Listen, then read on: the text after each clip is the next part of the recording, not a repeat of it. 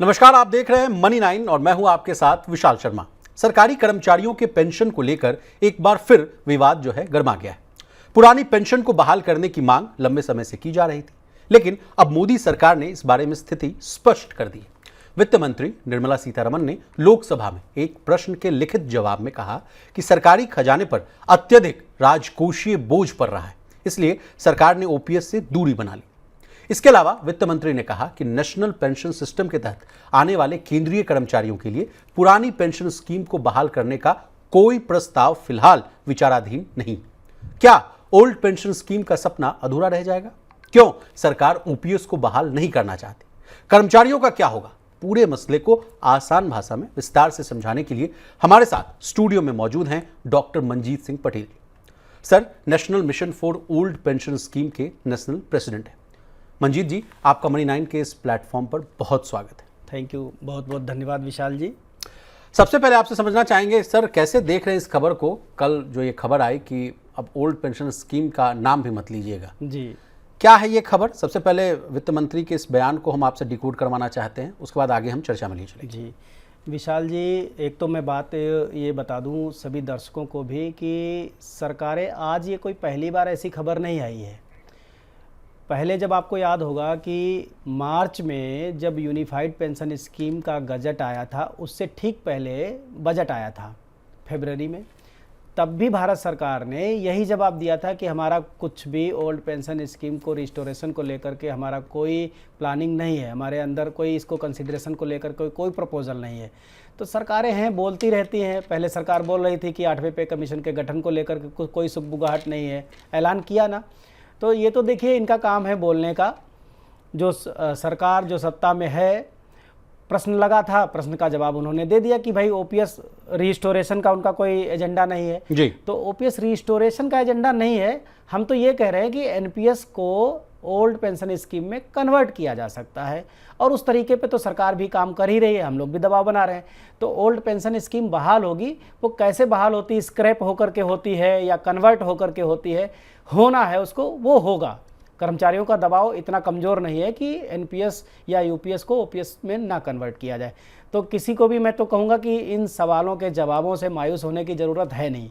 हमारा आंदोलन हम लोग कर रहे हैं, हमें भरोसा है, लोगों के साथ पर भरोसा है, और पुरानी पेंशन बहाल होगी। जी सर, आप ही का एक ट्वीट है कि कहा जा रहा है कि सेवा काल में डेथ या डिसेबिलिटी होने पर अगर ओपीएस दी जा सकती है तो रिटायरमेंट पर क्यों नहीं?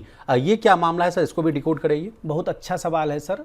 विशाल जी देखिए, 30 मार्च 2021 को भारत सरकार ने इस बात की व्यवस्था कर दी थी कि अगर कोई भी एनपीएस का कर्मचारी है तो रिटायरमेंट से पहले कभी भी किसी भी दिन अगर उसकी डेथ हो जाए या फिर उसके साथ कोई हादसा हो जाए जिसकी वजह से उसके साथ डिसेबिलिटी हो जाए, दोनों ही परिस्थितियों में उसको, उसके परिवार को उसका जो हिस्सा है एनपीएस में, जो 10% उसकी सैलरी से हर महीने कट रहा है, वो पैसा ब्याज सहित वापस कर दिया जाएगा, प्लस 50% अंतिम बेसिक सैलरी का प्लस डीए के साथ पेंशन देने का प्रावधान किया गया।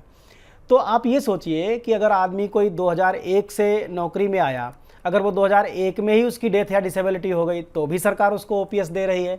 अगर उसका रिटायरमेंट 2035 में है मान लीजिए, और 35 से रिटायरमेंट से एक दिन पहले अगर उसके साथ हादसा हो गया तो भी सरकार उसको ओपीएस दे रही है।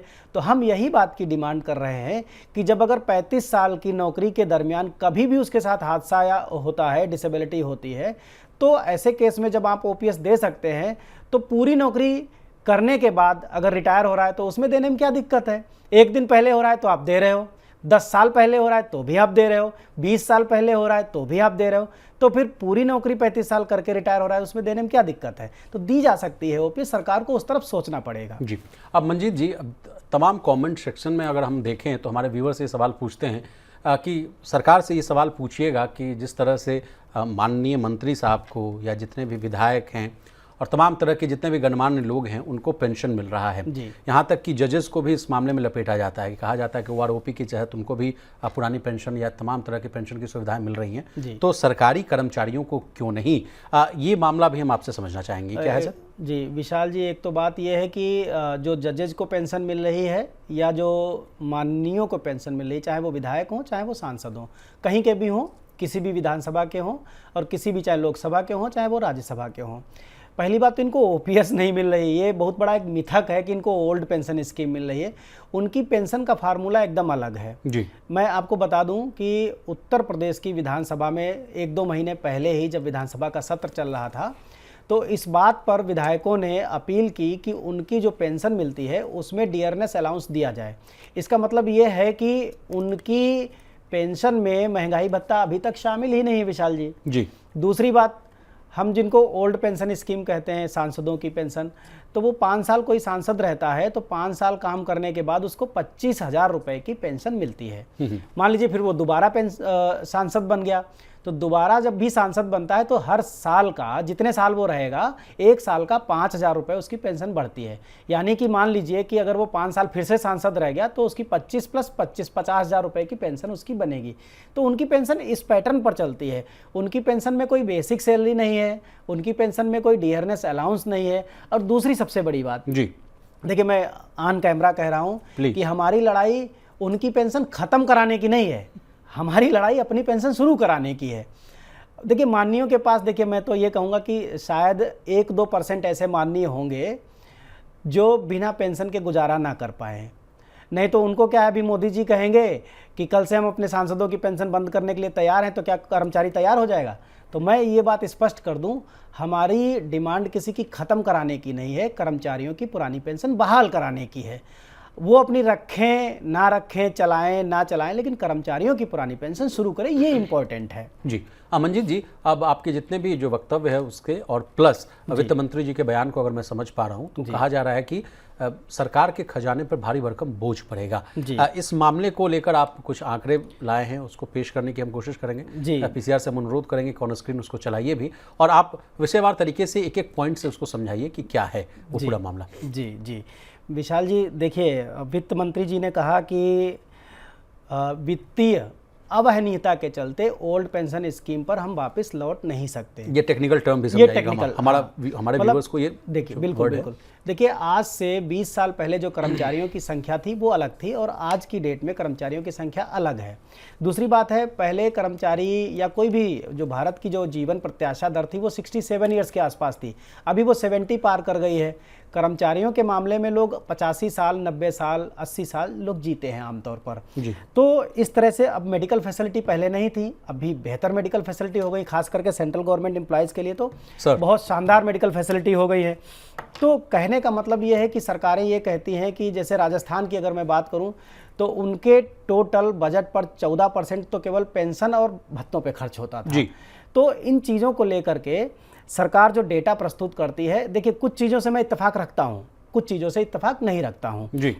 तो मैं एक बात कहूँगा कि भारत सरकार ये बात शुरू से कह रही है कि चूँकि पेंशन और इनकी जो सैलरी के ऊपर इतना खर्च है, इसको बियर करने में आगे सरकारें नाकाम हो जाएंगी और दिवालिया हो सकती हैं, ये उनका तर्क है जी। तो जब एनपीएस में 10 और 10% का अनुदान होता था, कर्मचारी का भी 10% और सरकार का भी 10%, हम लोगों ने डिमांड करी, लड़ाई लड़ी, तो सरकार ने एकदम से अपने कंट्रीब्यूशन को 40% बढ़ा दिया जी। 10 से 14 कर दिया। अब आप देखिए, आप 40% कंट्रीब्यूशन बढ़ा रहे हो, 4% नहीं है ये 40%।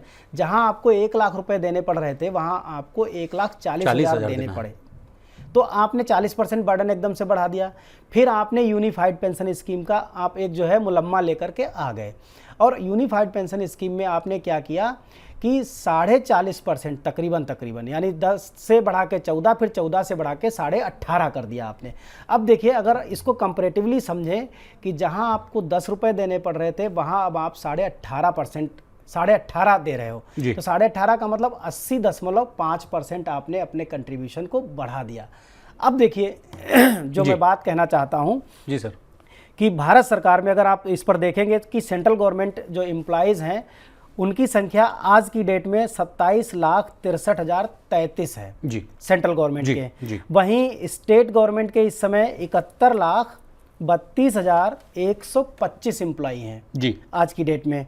और अगर हम इनके कॉर्पस की बात करें, जो इनका पैसा हाँ जो सर। एनपीएस में लगा हुआ है वो सेंट्रल गवर्नमेंट का लगा है 3,84,016 करोड़ रुपए, जी जी जी, लगभग 4 लाख करोड़ रुपए। ठीक है सर, ठीक है। वहीं स्टेट गवर्नमेंट की अगर मैं बात करूं तो वो 7,13,000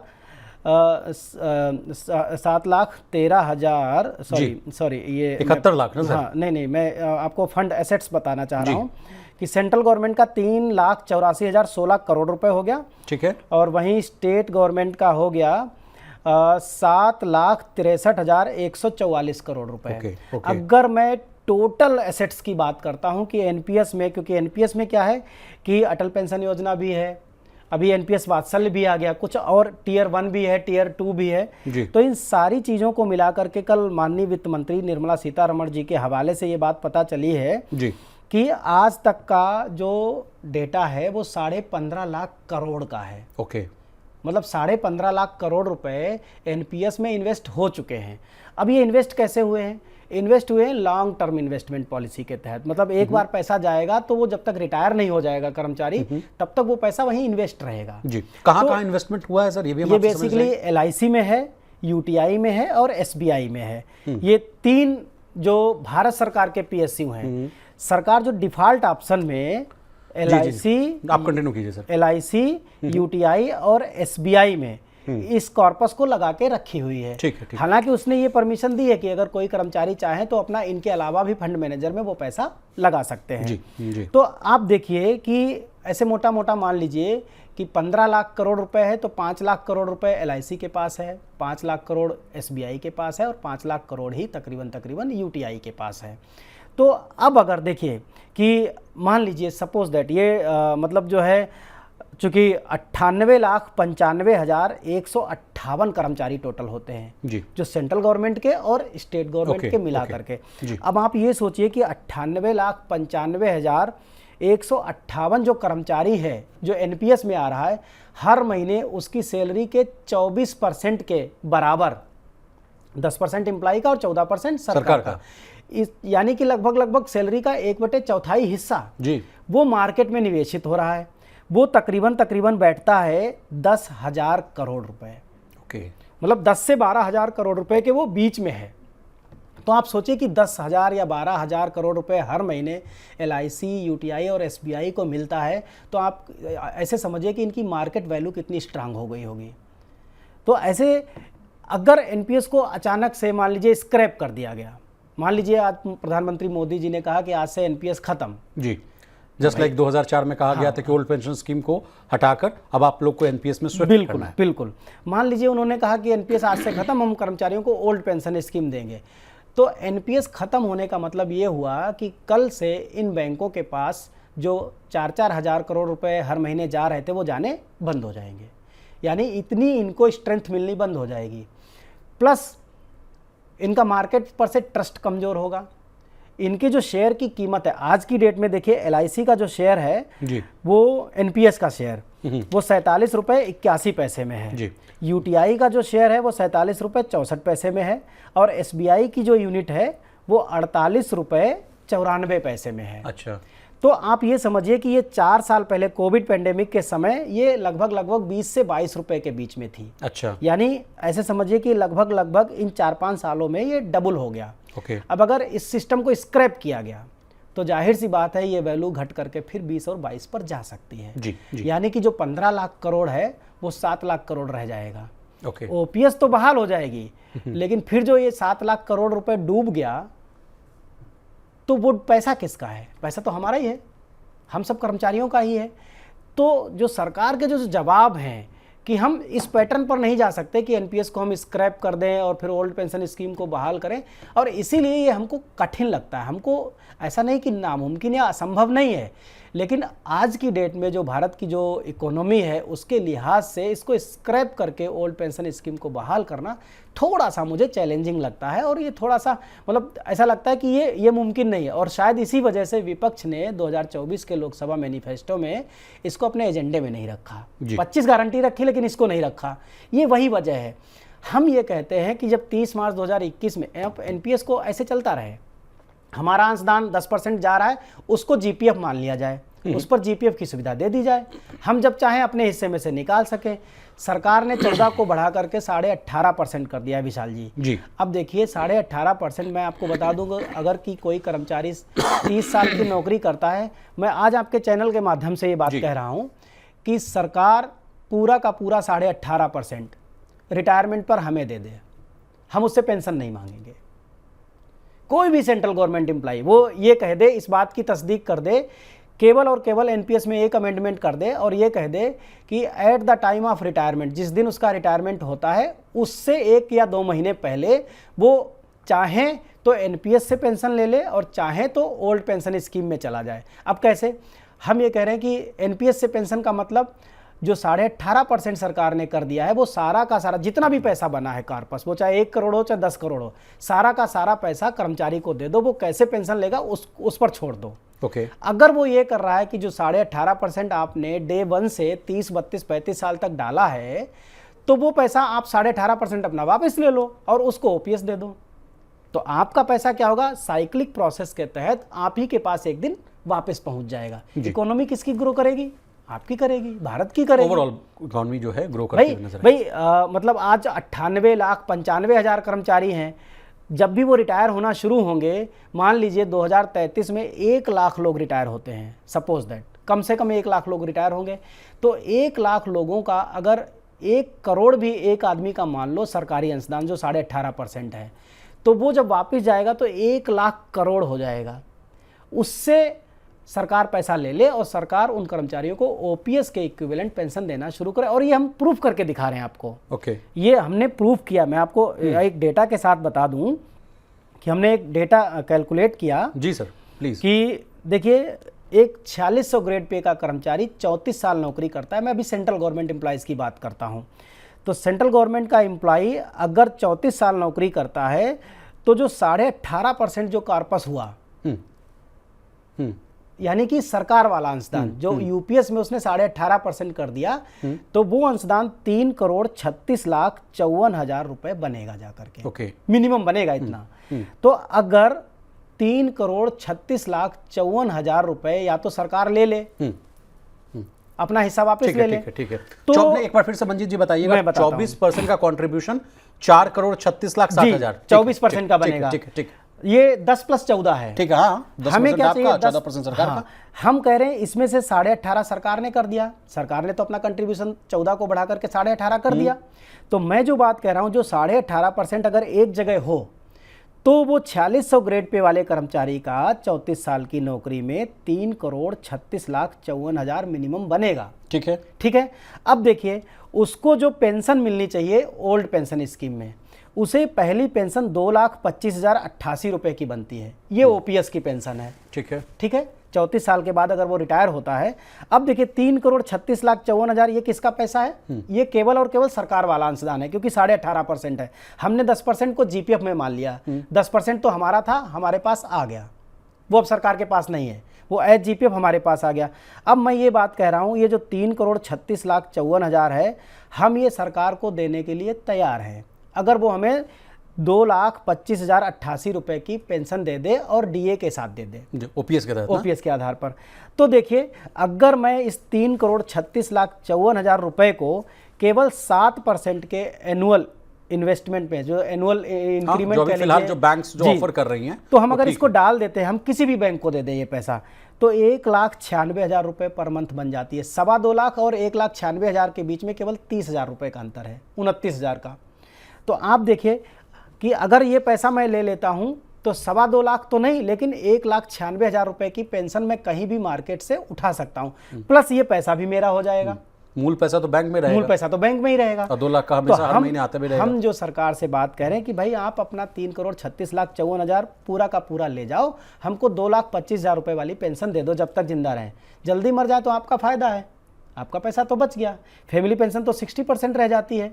अगर 2,25,000 पेंशन नए नियम के अनुसार 60% जो फैमिली पेंशन की बात कही जा रही है जी, उस हिसाब से भी अच्छा हूँ भाई। अगर मान लीजिए कोई आदमी जिसने 2,25,000 रुपए की पेंशन लेनी शुरू की और 6 महीने बाद मर गया, सपोज दैट, तो उसने 3,36,00,000 छोड़ दिए और 2,25,000 की पेंशन ली और 6 महीने बाद मर गया, तो 6 महीने बाद सरकार को 2,25,000 की जगह 1,20,000 पेंशन देनी पड़ेगी। आधी रह गई, 60% रह जी। गई। तो सरकार का तो फंड बच गया। हम ये कह रहे हैं 18.5% सारा हमको दे दो, हम नहीं मांगेंगे आपसे पेंशन, मांगेंगे ही नहीं। लेकिन आप डाल भी रहे हो और दे भी नहीं रहे हो, क्योंकि हाथी के दांत वाली आपने पोजीशन कर दी। फिर कह रहे हो हम ओपीएस भी नहीं बहाल करेंगे। तो आप दोनों तरफ से चट्ट भी मेरी पट्ट भी मेरी, ऐसे तो नहीं चलेगा। जी। हम तो आपका पैसा, अगर इकोनॉमी के दबाव की बात है विशाल जी, तो हम 3,36,54,000 रुपए सरकार के फंड में वापस करने के लिए तैयार हैं, बशर्ते हमें ओल्ड पेंशन दे दी जाए। जी। इतनी सी बात है। और सरकार एक तरफ 18.5% एक्स्ट्रा डाल भी रही है और पेंशन भी नहीं देना चाह रही है। तो ये नहीं चलेगा, हम लोग आंदोलन करेंगे और ये होने भी नहीं देंगे हम लोग। जी। अभी यूनिफाइड पेंशन स्कीम आप देख रहे हैं, पूरी तरीके से फेल हो गई है। बस उसी पे आना चाह रहे थे जी। अमनजीत जी, जिस तरह से जो खबरें आ रही थी, सरकार ने कहा कि एनपीएस को और बढ़ावा देने के लिए हम लोग यूपीएस को लाते हुए नजर आ रहे हैं, उसको और एट्रैक्टिव बनाने के लिए कहा गया। बहुत सारे प्रचार किए गए, यूपीएस कैलकुलेटर को भी बड़े तामझाम से जो है लॉन्च किया गया। कहा गया कि इससे देखिए आपको पता चल जाएगा कि इसके तहत कितना आपको सैलरी मिलेगा, कितना आपको पेंशन मिलेगा, तमाम तरह के कैलकुलेशन आप कर सकते हैं। लेकिन जो ताज़ा आंकड़ा आया सर, जो ऑथेंटिक आंकड़ा आया, सरकार ने खुद कहा कि आउट ऑफ 30 लाख कर्मचारी मात्र 31,000 लोगों ने यूपीएस को ऑप्ट किया है। डेडलाइन में बहुत करीब आती हुई नजर आ रही है। मेरा 2 प्रश्न आपसे, क्या सरकार डेडलाइन को आगे बढ़ाती हुई नजर आएगी? और दूसरा मेरा प्रश्न है कि क्यों यूपीएस को ऑप्ट नहीं कर रहे हैं कर्मचारी संगठन? Out of 30 lakh only 31,000 are opting for the UPS. जी देखिए, रही बात डेट एक्सटेंशन की, तो सरकार चाहे जितना डेट एक्सटेंशन कर ले उसका कुछ फर्क नहीं पड़ेगा जी। जो 30-32 हज़ार लोग यूपीएस में गए हैं वो केवल वो लोग हैं जो या तो रिटायर हो चुके हैं या रिटायर होने वाले हैं। ये कोई भी वो कर्मचारी नहीं है जिनकी सेवाएं 30 साल के आसपास हों। इनकी शॉर्ट सर्विसेज है, 15-20 साल वाले लोग हैं ये, तो उनकी मजबूरी हो गई, वो यूपीएस में चले गए। सरकार डेट एक्सटेंशन भी कर ले तो भी यूपीएस को ऑप्ट करने वालों की संख्या नहीं बढ़ेगी।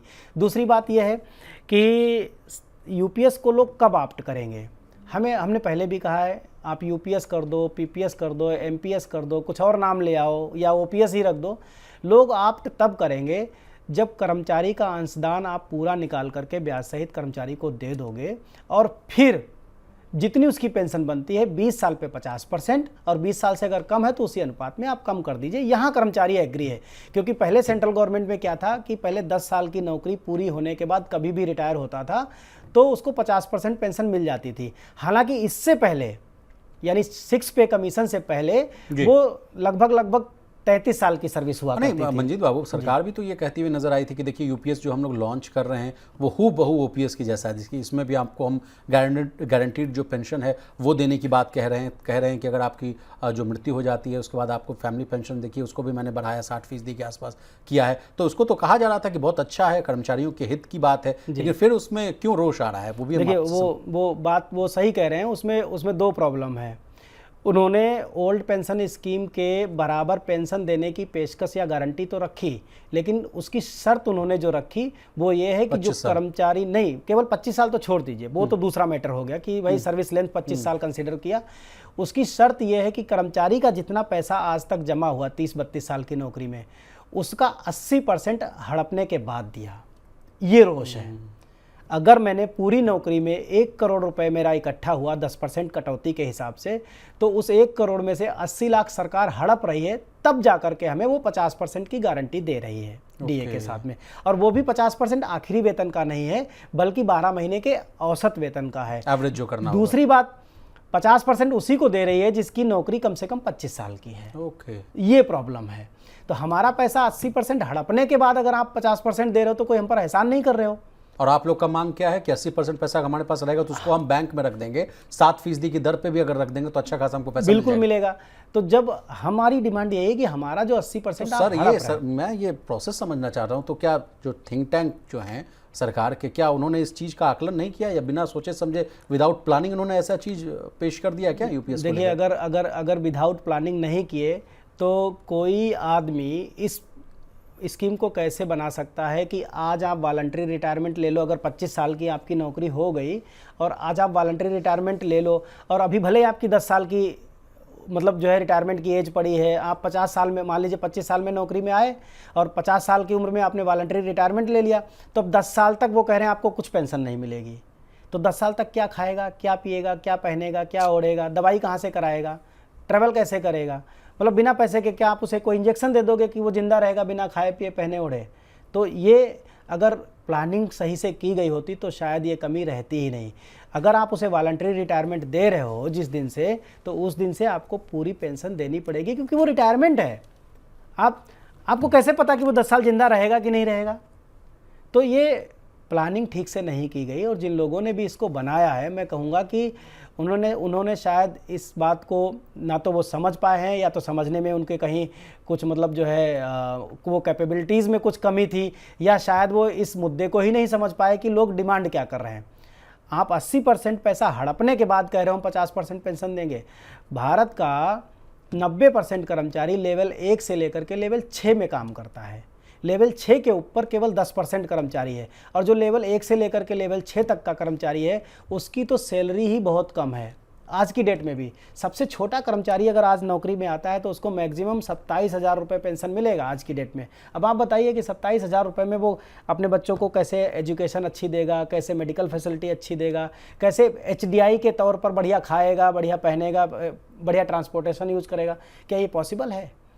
तो अभी आज से अगर मैं बात करूं, 2008 में मेरी खुद की सैलरी 26,000 रुपये थी, और उस समय गोल्ड का रेट 12,500 रुपये था। यानी कि गोल्ड के रेट से तकरीबन 2.25 गुना। और अभी सैलरी कितनी है? 16-17 साल नौकरी करने के बाद सैलरी पहुंच रही है मुश्किल से 1,40,000 रुपये, ग्रॉस की बात कर रहा हूं। और सोना आप देखिए कहाँ पहुंच लाख के पार, सोना लाख के पार है। तो जो महंगाई है उसके मुकाबले लोगों की तनख्वाहें बढ़ी ही नहीं। छोटे कर्मचारियों के साथ और बहुत बड़ी दिक्कत है। पैरामेडिकल फोर्सेस की बात करें अगर, जो पैरामिलिट्रीज जो फोर्सेस हैं, हार्ड नौकरी करते हैं, 40 डिग्री -40 डिग्री में नौकरी करते हैं। 20 साल नौकरी करने के बाद शरीर में तमाम चीज़ें ख़त्म हो जाती हैं। वो 20 साल के बाद नौकरी करने लायक नहीं रह जाते, वो घर जा कर के वापस जाना चाहते हैं। आपने 5 साल बढ़ा दिया। 5 साल काटना 5 साल के बराबर नहीं है। आपका 1 साल और उनका 5 साल बराबर है उनका। तो ऐसी स्थिति में उनको जबरन आप रोक रहे हो वहाँ पर। आप यंगस्टर्स लो ना, मतलब आप कह रहे हैं कि बहाली निकालिए। हाँ। जो बेरोजगारी का जो मुद्दा है उसको एड्रेस कीजिए। भाई आप 20 साल में वॉलंटरी दे रहे थे, 20 साल में जाने देते। आप ये अगर कहते कि ठीक है हम 25 साल में 50% पेंशन देंगे, 20 साल में 40% पेंशन देंगे, तो भी लोग समझते कि आप उनके दर्द को समझने की कोशिश कर रहे हैं। लेकिन आप उन्हें बैरंग वापस भेज रहे हो, बिना पैसे के, बिना पेंशन के। चलिए मंजीत जी, अब ये तो बात हो गई ओल्ड पेंशन स्कीम की। NPS को भी समझा हम लोगों ने, UPS को भी समझा।